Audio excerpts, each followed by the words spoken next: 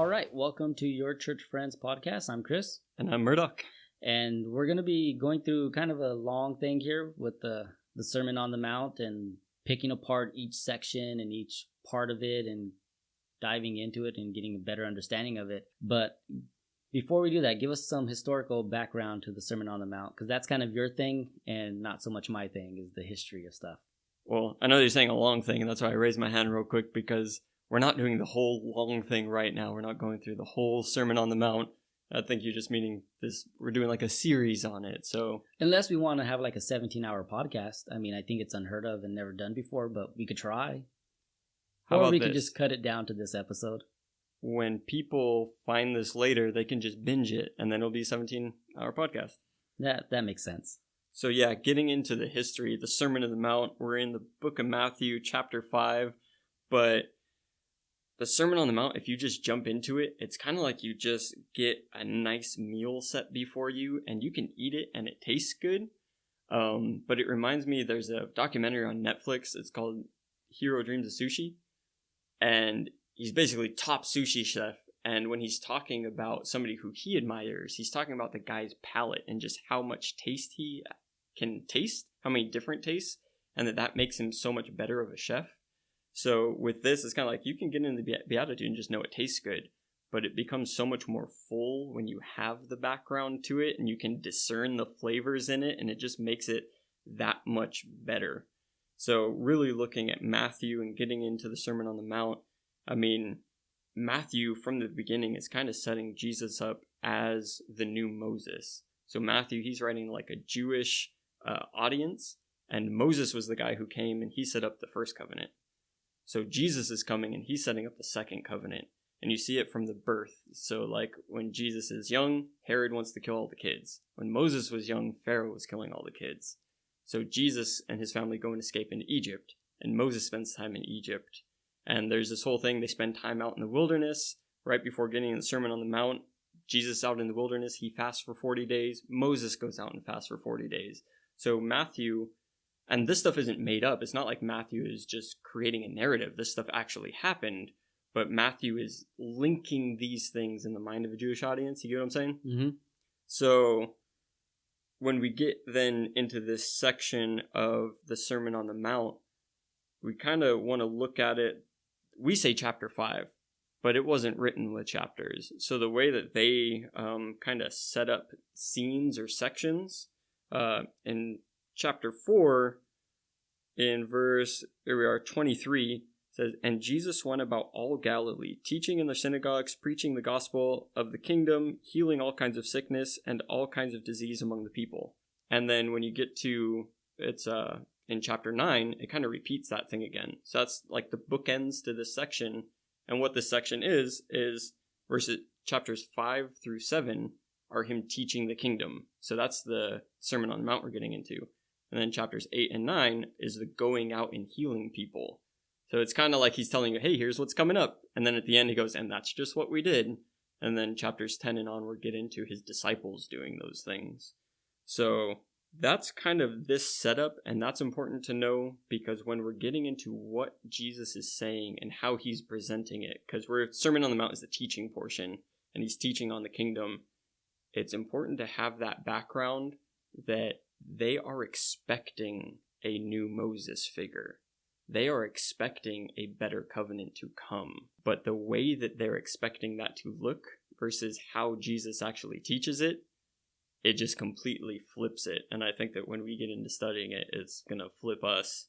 But with all that, even in the history of all that, when people think about Jesus, and we look at, like, we're going to look at the Sermon on the Mount, they always think like Jesus taught love, and it was this kind of friendly kind of Jesus, right? Like the lamb.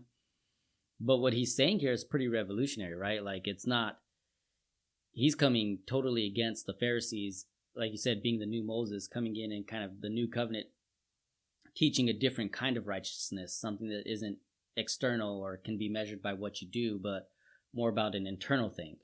Well, it's both. Like, yeah, dude, Jesus is hardcore when he comes out. He's definitely a peaceful guy, but he sticks up for what he knows to be right. And when he gets into it, it's this more this righteousness that he's teaching comes from that inside. Mm-hmm. It results in the external actions, but he kind of talks about the Pharisees. It's kind of like they clean a cup on the outside, but the inside stays dirty. Jesus wants to get in and clean the inside of the cup, and then the outside and the inside are clean. So he's more concerned about, let's make you right on the inside, because then your actions will be good. You're not going to be like a hypocritical person that you're saying or doing all of these things, but really you just suck on the inside. But I know we haven't got into it, but that history is interesting. But to really understand what we're getting into with these verses, it keeps using this word blessed. Mm-hmm. So can you kind of break down blessed so that we can understand what's going on there when we get into it? Yeah, a lot of this, when we look at the word blessed, a lot of people have translated into like the simplest term of just happy. So happy is the person who is this, or happy are those who do that. But when I really started studying it the last few hours, 24 hours, it was talking about like this divine joy or this perfect happiness.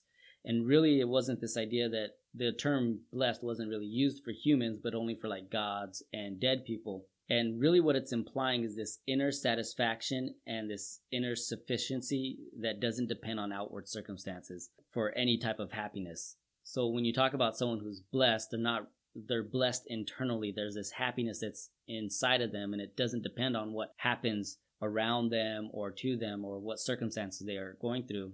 It's all about what's going on inside.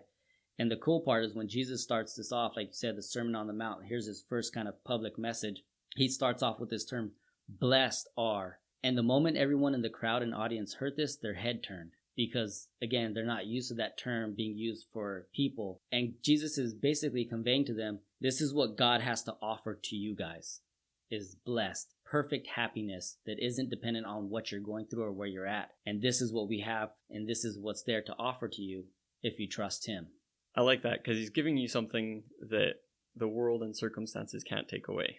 Mm-hmm. You know, he's not like, I'll fix your circumstances, but then if something changes those, like, you're in the same boat. He's going, no, I'm going to give you something from the inside that's not dependent on that. It's fully dependent on him, and therefore no one can take it away.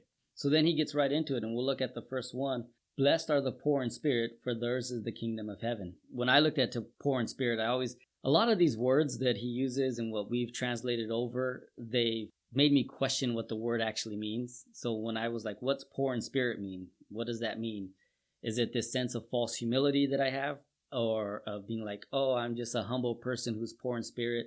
But when I looked at it, it's honesty with ourselves. So when you're poor in spirit, you know yourself, you accept yourself, and you're taking a good look at yourself in comparison to God. And you understand who you are in that comparison. Yeah, and I think it's a difficult thing to realize that that's where we are on the inside, is that nobody wants to look at themselves as poor or poor in spirit. You know, it's like, I know, I'm okay. I can fix this. I can be okay. And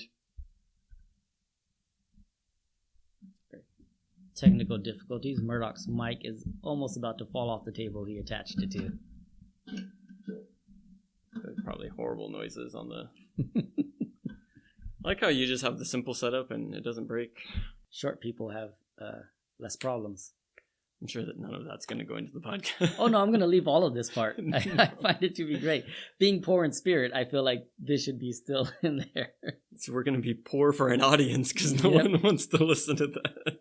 Anyways, I completely lost my train of thought, so I'm just going to pass it back over to you. Cool. Poor in spirit. That really to me is just this good self-reflection of looking at myself internally. Like I said, it's just me looking at who I am in comparison to God, and my spirit is poor because without God, it's nothing. And when I realize that, then it becomes that great follow-up. For theirs is the kingdom of heaven. So when I really recognize who I am in my need of God and trust God, because again, all these terms are coming into the idea of trusting God with being able to be blessed, then mine is the kingdom of heaven. Yeah, I get you.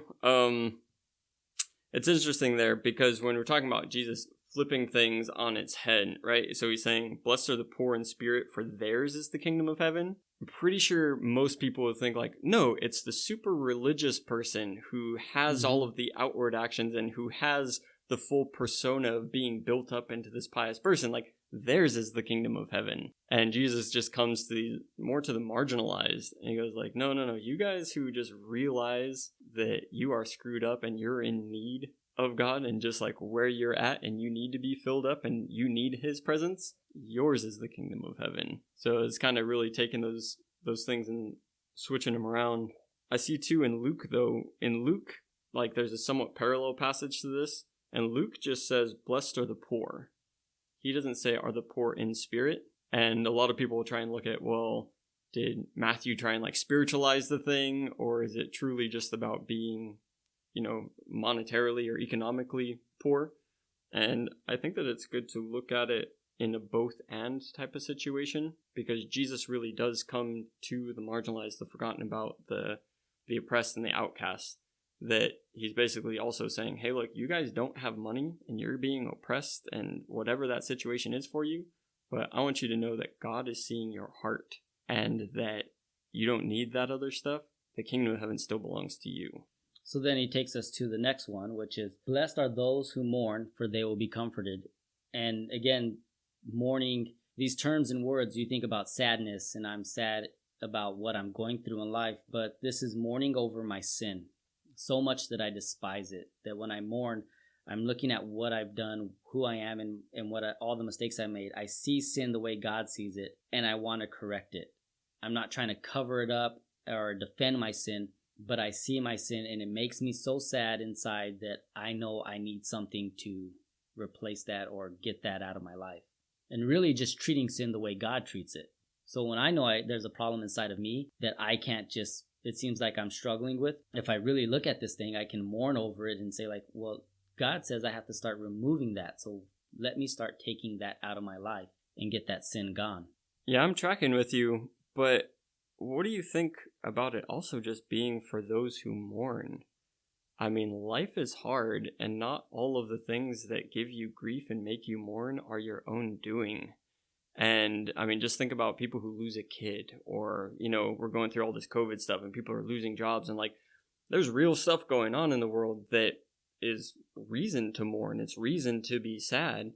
And I think that also when you have God in your life and your heart is positioned towards him, you find comfort in him during those times as well. What do you think about that? I think it fits both ends, really, because the promise at the end of it hits both solutions, right? So when I mourn for my sin, I can go to God for forgiveness and I get comfort. When I'm mourning for the loss of a loved one or everything that's happening right now, I can go to God and find comfort in him. So it is kind of like it does meet both ends because of that promise of comfort. And really, whether it's mourning for like my inability to be a good person or my inability to cope with the loss, comfort is what I'm looking for, and comfort is what I need. And again, so revolutionary that Jesus is saying, here's comfort for you when you're sad. Not to take it all out of context, but I just think about all of the ways that myself or others can try and find comfort in all kinds of things that aren't God. And like just right out the gate, he's telling you, all right, cool, stop trying to comfort yourself with these things that aren't gonna satisfy.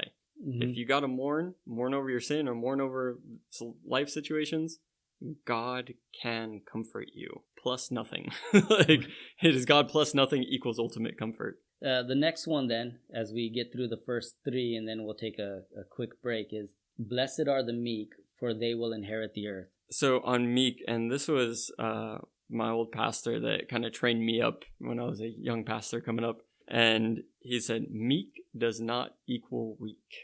And a lot of guys especially go, blessed are the meek. And a lot of these things, they make you go introspective, right? Jesus comes out the gate and he's talking about this blessed. And like you said, that's catching their ear because like, wait a minute, blessed, like what's up with that?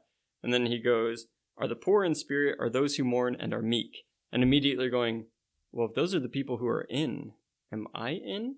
It makes you question, like, am I one of those people? And when you hear meek as a guy, you're like, well, I don't want to be weak. Like, I don't want to get walked all over or any of that. But I love how Pastor Bruce, he brought up the imagery that's coming from the original language is like a powerful stallion, like a horse, right? Full of power, can be a wild stallion, you can't catch it, you can't ride it, right?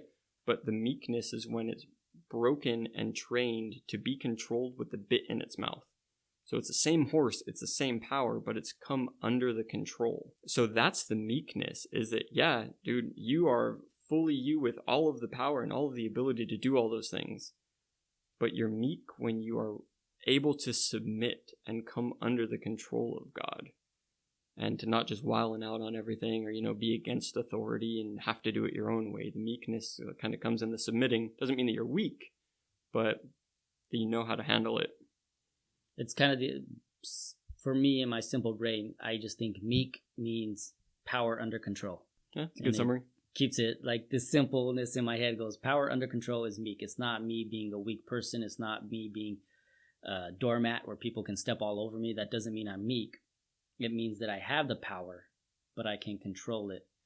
And I don't do anything out of my own gain. I do it for God. And I think that a thing to consider on that point is that going through this, it is definitely Jesus fills this. His is the kingdom of God. He's comforted by God. He inherits the earth in the utmost fashion.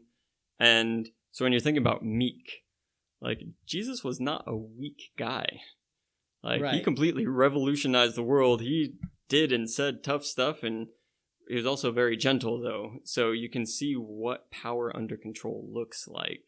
Mm-hmm. Jesus was not a doormat by any means, yet he knew how to submit, and we see how that plays out in his life. I always think of like the idea of power under control, and then we'll go to our break, is the transfiguration when he goes up to the mountain with Peter, James, and John, and he transforms into whatever his true self, his light, and the light shining. He's all bright. They can't see him at all, and then they're like blinded by it, and then he becomes back to the normal human. And that's like the idea of power under control, that's who Jesus could have displayed himself, but he came and controlled that and put it in a man form so that people could see us through him. And that to me was always like, that's the true power of Jesus. It wasn't the like who he was, well, I guess all his miracles and everything, yeah, and that, but that he can contain that power inside of a human being. So that's power under control, being meek. All right, let's take our first break, and then we'll come back in a few seconds.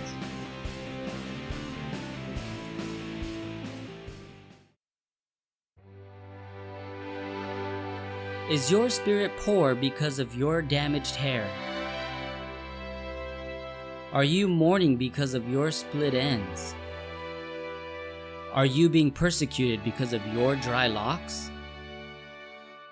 Then rejoice and be glad and get ready to inherit the earth, because comfort has come for your meek mane. The Beatitudes beauty product line proudly introduces the Peacemaker shampoo and conditioner. Your frizzies with thirst and hunger no longer, as the patent secret pure of heart formula inside will bring your roots and ends to peace. So show mercy to your curls and buy the Peacemaker shampoo and conditioner at all big box retailers. Don't trust us? Then hear this amazing testimonial.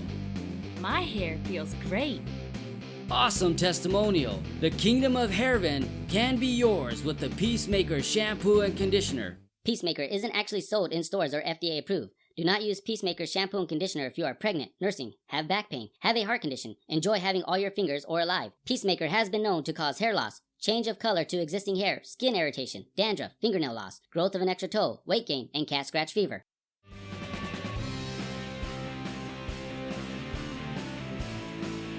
So you're kind of ending it off on that point about him up on the mountain, and up on mountaintops, up in the high places, is throughout the whole Bible just like such a symbolic thing where things happen, interactions with God. And that was another throwback to Moses. Moses went up into the mountain to receive the law, and then he was the lawgiver. And what we have on the Sermon on the Mount, it's a Sermon on the Mount, the mountain. Now we have Jesus coming, and he's on the mountain, and he's giving the law, and he's giving the teaching, which I think as we get into this, to really put ourselves in the position of student, right? He is teacher, we are student.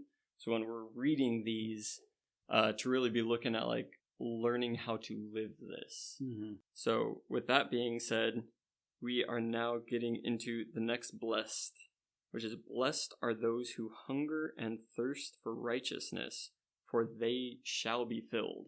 I just like that he uses things that you can very easily relate to. Like right now, I'm not that hungry. I'm a little bit thirsty. But I know what it feels like to be really hungry and really thirsty. And he goes, feel that, but towards righteousness. Mm. It makes you introspect, and you look at yourself and go, do I really desire to have righteousness in my life or see it in the world the same kind of way that I want a burger? Am I more concerned about getting dinner than I am about seeing the oppressed get help? You know? It really gives you something you can easily understand and then shows you something bigger with it. The terms too, the hunger and thirst for righteousness, when I really kind of think about that, it's like you were saying, do I hunger and thirst for, and instead of righteousness, I'm just going to put a relationship with God. Do I hunger and thirst for that relationship with God? Is it something that I'm striving for, that I know what it feels like when I'm hungry? Or seriously, yeah, I could go for a cheeseburger right now. I love hamburgers, and because of the everything that's going on in the lockdown and the quarantine, I haven't had a good hamburger in about a week, and usually like I'm getting hamburgers more often than that. You know that the drive-thrus are open everywhere. I know, but we like to stay in the house and we're cooking more inside. But I know that feeling of wanting something, that I desire it so much. Actually, we got one last week, and it was because I had told my wife, Justine, that I just need a hamburger today. I just need it. So we went out and got hamburgers. Do I do the same thing for my relationship with God? Do I hunger and thirst for it? And the term I like there too is for they will be filled. I know what being filled feels like. I know when my stomach is happy and it just hit the right spot, what I ate, and I feel good. But then there's those feelings of like I've eaten too much and I feel like a beached whale and I'm laying there and it's pain and it hurts, or I fall asleep because I've eaten way too much than I should have. And then there's the feeling of being empty. Like, I ate. Like if I ever go on diets and I do try to calorie count, then you portion control, right? So you eat a certain amount that's less than what you've normally eaten. And when you're done eating that, you're like, I'm still hungry because I'm used to eating so much more. But that feeling of being filled is just that perfect amount. And that's kind of the blessing. You're going to be happy when you hunger and thirst for God because you'll have that right amount inside of you. I like how you brought up, though, that hungering and thirsting for the relationship with God. Because even though I was saying, let's look at this as students, right? Let's learn from Jesus the way of life. All of these that he's laying out that we've read so far and that we'll continue to read isn't really like a directive. When he's talking about blessed are the poor, are those who mourn, are the meek, are those who hunger, it's like people groups. Mm-hmm. You know, he's saying like, look at these types of people. They are blessed. So it's not really like, well, you need to go out and be more poor in your spirit, or you need to go out and mourn more. It's like the type of person who has the relationship with God looks like this. So I like that you brought that up, because it's not, as we're talking about these, people shouldn't be going like, oh man, like, how do I go be more meek? It's like the meekness is a result of following these and the rest of the teachings of Jesus. Right. It becomes who you are and it flows from you, so to speak. Unless you have something there, I've got another thing to throw in. No, I'm good. That was all I had on hunger and thirst. So it's also an interesting thing on blessed, because if you're blessing one group of people, you're almost like inherently not blessing another group. And you could look at it in a neutral factor, just like, oh, well, they're not getting blessed and these people are, because they meet the parameters, right? Right. But then it also goes in biblical, when you're talking about blessings, there's also cursings. And generally, you're blessed if you have these qualities, and you're cursed if there's an absence of those. So like I was saying, that there's the parallel portion of this in Luke chapter 6. In verse 25, he says, "Woe to you who are full, for you shall hunger." And woe isn't like, whoa, dude. Like, woe is like, that's a bad situation to be in. Like, cursed are you if you're full, because you're gonna be hungry. Luke doesn't talk about the righteousness in there, but if you are full of your own righteousness, then you're going to constantly be hungry. Because if you have your own pride, you're trying to do it your way, you're trying to follow all of your own ways with stuff, it's like you are never actually satisfied in the way that you were talking about. It's kind of like Chinese food. It's delicious. You want it, you go and you do it, just kind of like when you have your way and you're going to do it your way, and then very shortly after you're hungry again. But God's way will satisfy. Yeah, it's not just like, oh, if I'm not doing it, I'm not blessed. It's like, no, you're actually falling into the curse because you don't have the thing that God's looking for. And it's a really good compare and contrast to the idea of like hunger and thirsting for God, searching for that to fill you. You're blessed. You're going to be happy. But when you're just so full of yourself, that's when you're just constantly hungry. Because the idea of being full of myself means that like, it's almost like an ego, right? Like a pride thing. And for my pride and ego to always be satisfied, I'm longing for people to kind of fill that and fill that void. And it makes me hungry for it. Like, I am a person who I will fish. Like, we know those people, right? Fish for a compliment. I'm going to go to my wife and fish for a compliment. I'm like, hey, how do I look in this? Now I know how I look. I think I look good, but I want that compliment. So I fish for it. But I constantly do it with almost everything. And because I want that feeling to be filled. I'm never satisfied with it. I'm always hungry and hungry and hungry. So I really did like that. That was a cool way to look at the compare contrast of the blessed. You're going to be happy, but cursed, because it is a curse to always want to have that ego stroked. And it doesn't even need to be just ego. I mean, all kinds of stuff that you can fill yourself with. Possessions or like, whatever it is to try and fill that, but you're not hungering and thirsting for God's righteousness. Right. But it's also interesting because you had that fantastic thing about, God will fill you up and it's not dependent on your circumstances. And like, it comes from his internal spot. It's an interesting thing to know that and to say that. And I know that you believe that and that's so apparent in aspects of your life. But then to also realize but sometimes I have a hunger for something else and I know it doesn't satisfy. And I'm working through that. Right. And I've got stuff like that as well, is that Jesus was the perfect one. He's teaching us. And I'm a slow learner. I got to learn the lesson a couple times sometimes. But yeah, definitely I think for people listening, it's okay to be working on it. Right. Progress is what we're looking for. Well, what God's looking for. Yeah, not what we're looking for. Well, no, I'm looking for it too. I want you to be progressing. Don't go backwards. So the next one then is blessed are the merciful, for they will be shown mercy. And for me, this is one that I think I struggle with more as a person. So it was hard for me to even focus in on hey, what should I say, or notes or anything like that. But really what it comes down to is, for me, it was just looking at merciful, the idea of showing forgiveness and compassion. And it's not really the forgiveness part that I struggle with. It's that compassion sometimes that I struggle with. So my son is crazy. He jumps all over the place. He runs all over the place. And I'm constantly telling him, stop doing this, stop doing that. Don't jump around or lean back on the chair when the table's next to you. You're going to fall and hurt yourself. He was in one of your video, the 5 minutes with the church friends, and he was crawling all over you. That's exactly what you're talking about. Exactly what I'm talking about. So the other day, we hear him crying, and I get up because I'm like, okay, he did something. He hurt himself. My daughter comes running through the hallway. Reed's crying, and I'm like, yeah, thanks for that. I know, I could hear. Again, no compassion, right? And I walk over there, and I said, what happened? I fell because I was leaning on the chair. And I was like, okay, well, stop crying, because I'm not going to have compassion for you for doing something that I told you not to do. You knew you shouldn't do it, and you did it and hurt yourself. So get up and finish dinner. And I think that's where I always struggle with this term of mercy, because in merciful, it's because that compassion side of me really does lack sometimes for people who I tell over and over again, don't do this. And then here's the kicker. After I walk away, God then tells me, I tell you don't do this over and over and over again, yet I have compassion and I forgive you. And then I feel like a horrible father, a horrible person, and I just go in my room and cry. None of that, at least the last part, isn't true. And I was actually going to bring that up, because when it's saying here that blessed are the merciful, for you will receive mercy, I think that it's from people as well as from God. And there's a thing that God can tell you he's merciful, but if you don't feel it and you don't believe it, you're not going to see that he is being merciful. And if I'm not merciful, if I don't have the compassion, and when I look at people screwing up when they knew better, and I don't show compassion because you should know better, then the first thought in my brain when I know better and I screw up is that God is looking at me the same way. So I think that when you don't show mercy on other people, when I don't show mercy on other people, just the mindset and the heart condition of not having an abundance of love, we then view God that way towards us. And it can take a while for God to actually show you otherwise. You can be pretty stubborn and they're no, I'm stupid, I'm an idiot, God doesn't want to forgive, and all the stuff.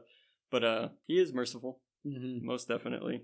Again, going back with all of the blessed are those, the promise that's made afterwards, and that promise of mercy is so huge for us to really grasp and understand that when we are merciful to others, that mercy does come back. I really did like that point you made, because that's where I'm starting to work on that. Now that I know it's a struggle, I'm starting to work on that. I'm not saying that, again, the journey, the progress, right? I'm not there, so I can't tell anyone to get there. There are things that I progress with all the time. Yeah, I mean, it's totally easier for me. I can look at myself and I'm really merciful compared to all of the other people who I see are struggling worse than I am. Like, I can think of a couple people and like, oh, the reason why you have so many problems with people is because of the way that you treat them. You're not showing them mercy. You're not acting in integrity with them. So therefore, you don't receive from other people. You know, it's like you're reaping what you're sowing. Yeah. And I can see that really easily with some people who I know, just like, oh, dude, that's a perfect example of this. You're not showing mercy. And that's why when it comes down to stuff, it's like, you just get smacked hard in life. And then I have to look at myself and go, yeah, what are you ignorant of, Muireadhach? Because you're definitely not perfect. So take a look. I think that it just triggered the idea in my head too while we were talking about it. The real struggle with it all is that maybe it's because there's no mercy that I give myself. There's no compassion for myself. So when I don't give myself compassion, I don't expect to give that to other people. But being merciful, I also have to be merciful to myself and understand that I'm going to make mistakes. I'm going to make errors in life, and that instead of running towards maybe my own feelings of making myself feel better, just run to God and say, hey, God, this is where I struggle at. Instead of looking to get mercy from anything, get mercy from Him. Because once I receive His mercy, I really understand what mercy is. And then I can give mercy, compassion, and forgiveness to other people the right way. Yeah, which is what I'm saying. Like, when you look at yourself and you realize, like, oh, I need mercy. And when you feel the release of God showing you mercy, then when somebody else needs it, you're like, yeah, I get that. And I will give that to you. Yeah, you want to move on to the next one? Yeah, we probably should, or else we're going to stay here longer than we're supposed to. Oh, it's because like there's just so much more that I can say and keep coming up with, but people can read the Bible for themselves. So we're just talking about these ones real quick. Yeah, verse 8 now we're into. Blessed are the pure in heart, for they shall see God. And I put emphasis there because I feel like a lot of people go like, well, I don't see God. He goes, well, this is like a promise right here. Mm-hmm. If you're pure in heart, you will. Not to be like, well, you're not seeing Him because you're not pure in heart, but I definitely feel like if you are pure in heart, then you will. I guess it's a hard term for me to really comprehend, pure of heart. And when I think about it, it just goes down to motives. What are my motives? How do I make decisions? Are my motives towards God, or even when I'm trying to do something good, is there a hidden motive why I'm doing something? But when my motives are right, then my heart is pure. And so I'm pure of heart, and then I'll see God in what I'm doing. And that's kind of the thing to think about too, that pure of heart really isn't essentially seeing God like, oh, here's God coming down, I can physically see Him. But maybe it's He's leading me down the right path, and I see where He's leading me, and I'm following Him. I just realized I'm nodding at you the whole time, and people don't know how much I'm in agreement. Yeah, and interesting here, too, is like pure of heart versus moral perfection. Like, I know that we all are, like, aiming towards just trying to be better people and more Christ-like, and, like, really trying to get that, and where we feel bad and guilty when we screw up. But, like, God is seeking for purity, like you said, the motives of our heart, and to be able, like David, right? And he prays to King David from the Old Testament. He prays to God and he goes, search my heart, O God, and show me if there's anything hidden in there. Mm-hmm. And David is called a man after God's own heart. And it's like, he was not perfect. His life was filled with murder and with, adultery and with war and with all kinds of stuff going on. But the position and the posturing of his heart that he just kept wanting to seek after God. And when there was a conviction and he was even asking God, show me what's in there because I don't want it to be there. Reveal it and I'll kick it out. And it's really cool you brought up David and the idea of like, you know, the adultery, because that instantly I thought Psalms 51, which he wrote after he got busted for his affair with Bathsheba. And in there, verse 10, he says, create in me a pure heart. And really going back to the idea of God, I need you to cleanse this, get away all the motives that are wrong, make my heart just want to seek after you, because when it's pure, I know I'll see you. And that was really all I had for that. It just came to my head when you were talking. That's a good point. In 1 John, it talks about like we can confess our sins and he is faithful and just to forgive us and to cleanse it. And for as much as I know what we do matters, and when we sin, it does matter, and like it was mattered enough for Jesus to die for it, I know that God's heart is he wants us to come to him and get the forgiveness and come back into relationship, because For as bad as it is that we did that, it's even worse when we don't come to him. Mm-hmm. Because he desires the relationship that he's like, I will give you the pure heart. Like, I will come back to you, and you, like, well, you need to come back to me because you're the one that left, right? Like, I left. He's like, come back. We'll get this thing squared away. We'll reason it out together, right? I can feel guilty hearing this, blessed are the pure in heart. I might feel like, I might not be pure in heart. Like, well, the great thing being lifted up here is, well, then get one. Yeah, and really just check your motives. If what you want to do is to glorify God, then when you see him, your motives will be pure and they will lead you towards that. I thought, yeah, that's really cool. All right, let's take our next break and then come back and wrap up the last 3 verses.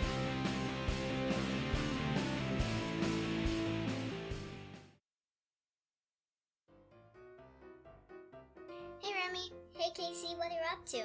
Oh, nothing, just watching some videos on YouTube. That's cool, what are you watching? Our dads on their YouTube channel. Our dads have a YouTube channel? Yes, they do. They also have a Facebook group page and an Instagram account. Wow, really? What else do they have? They also have a Teespring account where they sell t-shirts. Where can I find this information? All the links can be found in the descriptions below. That's so awesome. What's the name of the channel again? It's Your Church Friends. Get out of here, Reed! And now, back to the show.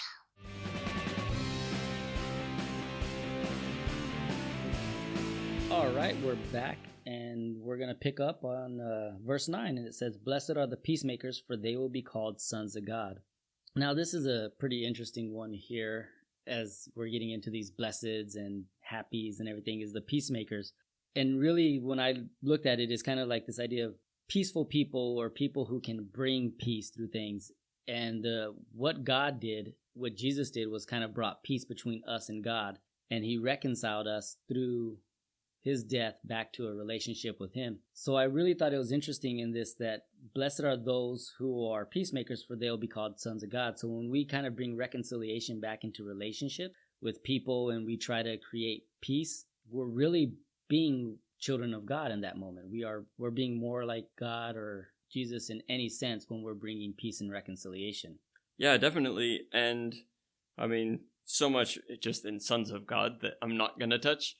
But when you look at just God relates to us as Father.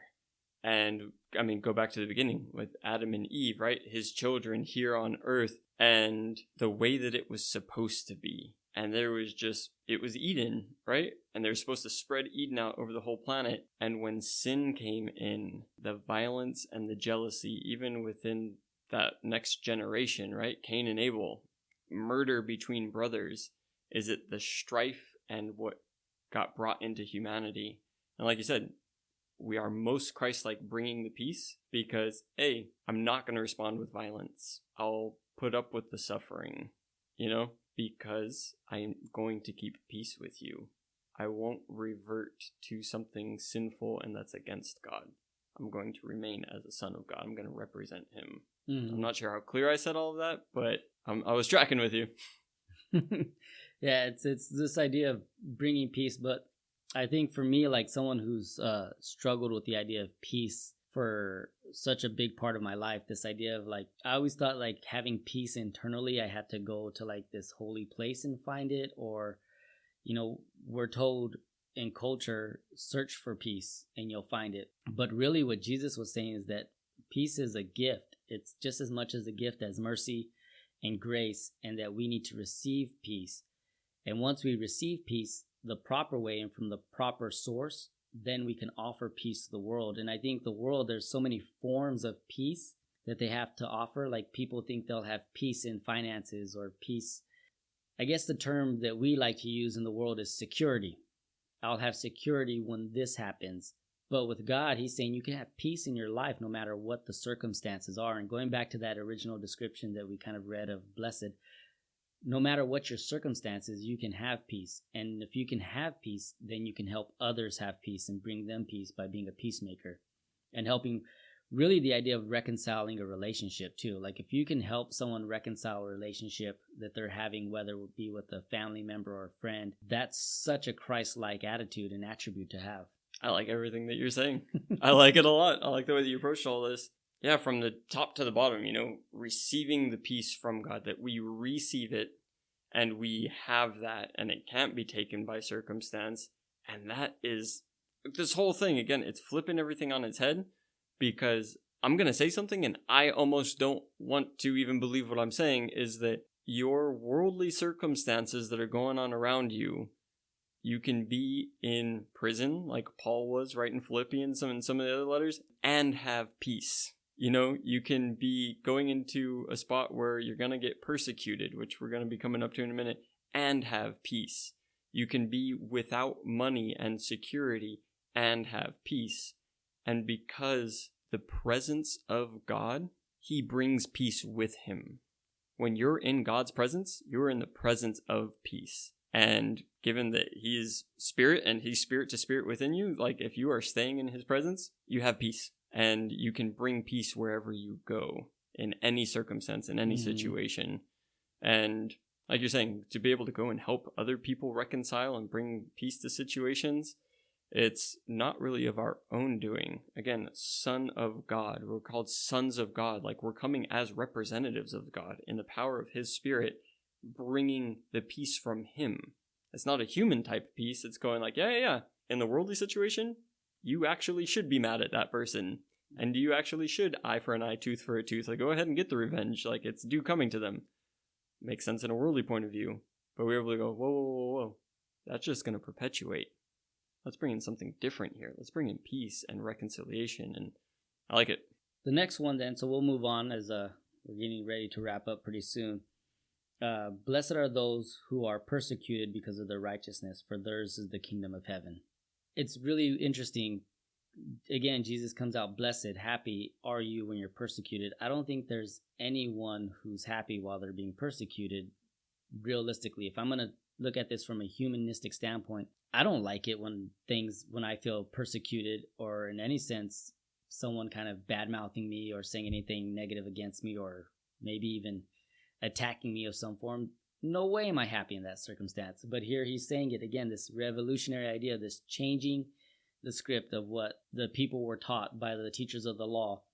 And he's saying, blessed are those who are persecuted. And then here's the kicker, because of righteousness. So I could be persecuted because I'm dumb and do something dumb. Like if I got a ticket for speeding, that's my fault. I can't go, why are the cops persecuting me? I broke the law. I deserve that ticket. But if I got a ticket for being a human, then that's a ticket that I didn't deserve. So that's kind of what Christ is saying here, is that if you're being persecuted because you did something, well, okay, that's one thing. But being persecuted because of righteousness, then you can consider yourself happy. And to me, that's just, it's crazy to think about. It's a concept I can't really wrap around. And it's kind of like with the Sermon on the Mount, and even just going through the Beatitudes, I've heard it said that you can think about it like, when did I stop nodding? Right? Because you start off and you're like, man, blessed are the poor in spirit. There's the kingdom of heaven. Those who mourn, they'll be comforted. And you're nodding. You're like, yep. And then you get to these and you're like, wait, when did I stop nodding? All of a sudden, like, I'm not too sure about these anymore.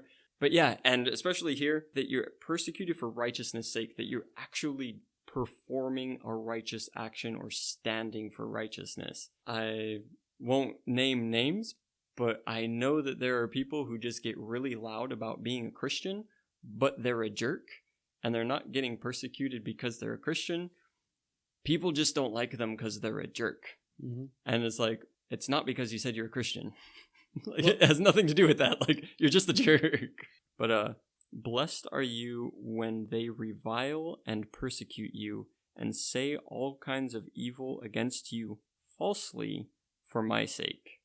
Rejoice and be exceedingly glad, for great is your reward in heaven, for so they persecuted the prophets who were before you. So again, it's saying that they're reviling and persecuting you and saying against you for Jesus' sake, which means that when you're actually following him and you're sticking up for the marginalized and you're standing for justice and righteousness, and when you're putting yourself in the middle of an not peaceful situation and bringing peace to it, and you are standing by those truths and living it out, which is doing it for Jesus' sake, right?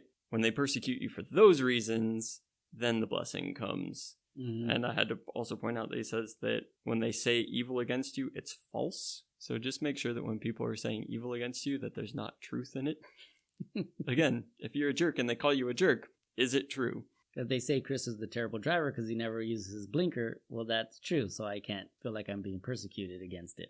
You're going to get a Jesus bumper sticker randomly on the back of your car. I don't want it. Going to teach you the hard lesson. I don't want a Jesus bumper sticker. Then I have to drive like a good person.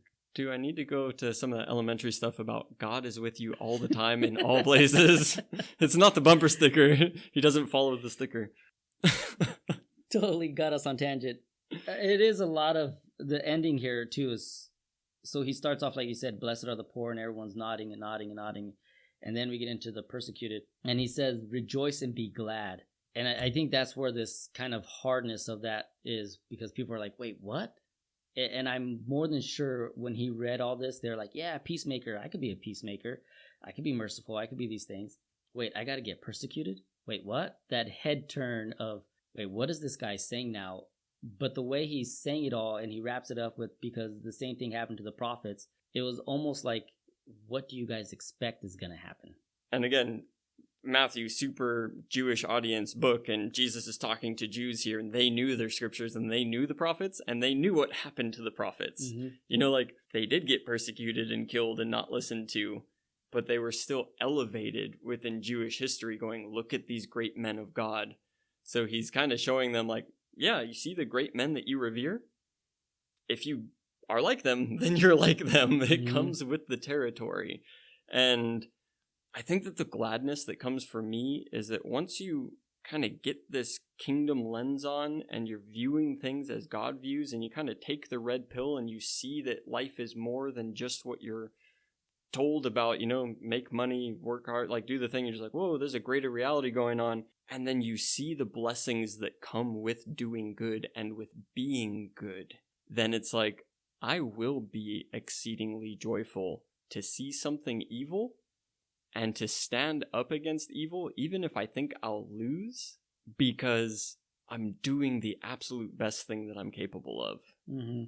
And if consequences come my way for doing good, I can be happy about that.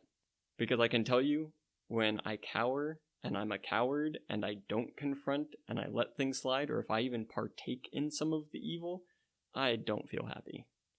I get depressed and I get in my head and I feel shame and I feel guilt. And it's just like, I can see why there's a blessing of happiness, because you have integrity and you're filled up and you know that you're living within the will of God and the purpose is fulfilled. Mm-hmm. If that makes sense. Like it makes sense to me, even though it's hard, but you do need to kind of put that different perspective on. Yeah. And when looking at like summing up the Beatitudes part of the Sermon on the Mount, it's almost like Jesus is saying like, hey, check who you are first and see if you meet these characteristics or you have these traits. Check yourself first and then understand what's going to happen if you choose to follow me. And it's a cool thing that this is like his first kind of public thing, right? This is his first message out there. And it's saying, blessed are all these things, this and that. But here's everything. Are you willing to follow me? Because when you follow me, it's not going to be a smooth, easy road. But because I'm telling you blessed, no matter what circumstance you're in, you're going to have happiness in it because you're following me. And that's actually how the Sermon on the Mount ends. When you go to the end of chapter 7, Jesus says, therefore, whoever hears these sayings of mine and does them, I will liken him to a wise man who built his house on rock. And when the rain and the wind and the storms come, it withstood it. But if you hear these words and you don't listen and you don't do them, you're a fool, and the storms of life are going to come and knock you down. So the Sermon on the Mount, it's very pointed that Jesus is saying, here I am, here's what I'm about, will you follow me? Right. I read this today, so I'm going to read it so I don't botch it or mess it up. But it said, as you read the Beatitudes, we find that they represent an outlook radically different from that of the world. The world praises pride, not humility. The world endorses sin, especially if you get away with it. The world is at war with God, while God is seeking reconciliation with his enemies and making them his children. We must expect to be persecuted if we are living as God wants us to live. But we must be sure that our suffering is not due to our own foolishness and disobedience. To kind of not put a bow on the Beatitudes, because I don't think I could put a great bow on what Jesus already said. But today, in looking at it, I learned so much more about this term blessed. And then Jesus gives us circumstances. And no matter what he's saying is that your happiness shouldn't depend on your circumstances. It should depend on your relationship with me. And when you're walking close with me and you're following after me the right way, you're going to have that internal happiness that doesn't depend on where you're at. And seriously, that's something in me personally that I would love to have, is that happiness that doesn't depend on whether I'm wealthy or whatever. And it's so contrary to what the world is saying out there. The world says happiness comes from this. Happiness comes from that. Find your happiness here. But God is saying there's only one source of true happiness.